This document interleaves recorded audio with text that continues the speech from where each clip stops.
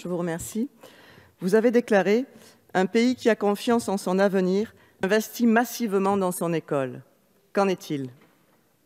Le budget du ministère de l'Éducation et de la Jeunesse s'élève cette année à 52,7 milliards. Il était de 51,68 milliards l'année dernière, soit 1 milliard d'augmentation. Regardons de plus près ce que recouvre ce milliard. Environ 500 millions sont destinés à financer le fait que les fonctionnaires montent en ancienneté, ainsi que l'application du parcours professionnel carrière et rémunération. Le doublement des primes REP+, qui ne concerne qu'un petit nombre de personnes, devrait coûter environ 100 millions.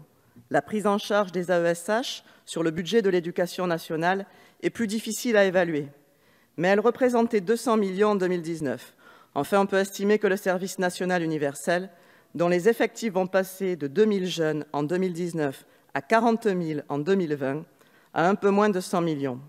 Oubliez l'investissement massif pour l'école, le milliard est déjà presque dépensé.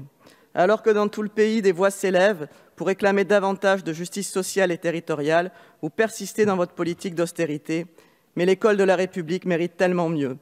Vous affirmiez une ambition renforcée pour le premier degré. Qu'en est-il? Eh bien, les hausses de 1,3 milliard en 2018 et celles de 0,9 milliard en 2019 n'ont pas suffi à assurer le dédoublement des classes de maternelle et de primaire annoncé, malgré votre choix de redéployer les emplois du second degré vers le premier degré. Vous annonciez le maintien des moyens d'enseignement dans le second degré et le renforcement de l'attractivité des métiers de l'éducation. Qu'en est-il? Les 440 suppressions d'emplois d'enseignants en 2020 portent à 6 290 les suppressions sur 2018, 2019 et 2020. Alors, sur cette période, on estime que les effectifs d'élèves auront augmenté de 99 300. Cette austérité pèse lourd sur les personnels et a des conséquences désastreuses sur les conditions d'études des élèves. Les effectifs de classe augmentent, les enseignants sont contraints d'accepter des heures supplémentaires, le recours à des contractuels est en hausse, et malgré vos tentatives de rafistolage, encore beaucoup trop de profs absents ne sont pas remplacés, ce qui engendre un nombre important de cours non assurés aux élèves. Ainsi, en Seine-Saint-Denis, au collège Colonel Fabien, lassés d'être abusés, 19 familles préparent un recours devant le tribunal administratif pour discontinuité du service public. Vous annonciez aussi une école pleinement inclusive. Qu'en est-il? Une rentrée chaotique pour les AESH, avec la constatation de problèmes d'édition de contrats et de versement de salaire pour plusieurs centaines de ces agents. Et toujours, aucune création de postes d'assistants sociaux, de psychologues, de l'éducation nationale, de médecins scolaires, d'infirmiers, de CPE, d'assistants d'éducation et d'agents administratifs.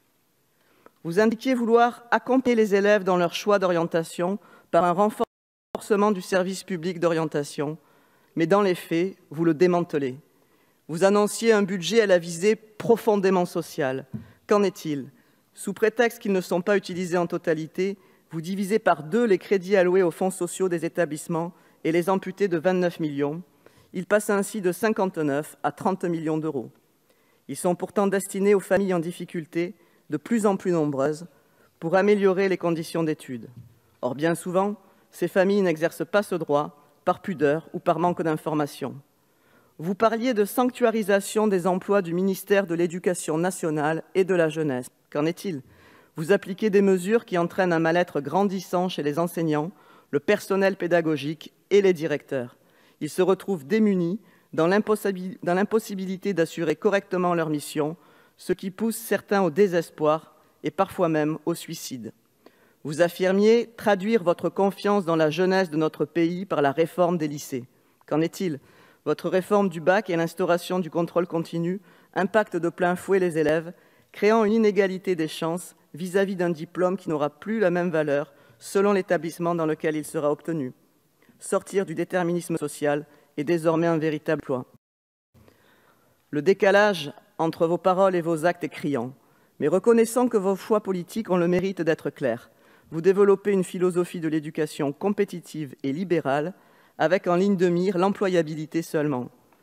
Vous formerez à l'avenir non plus des citoyens émancipés, mais des employés destinés à servir votre Startup Nation. Je vous remercie.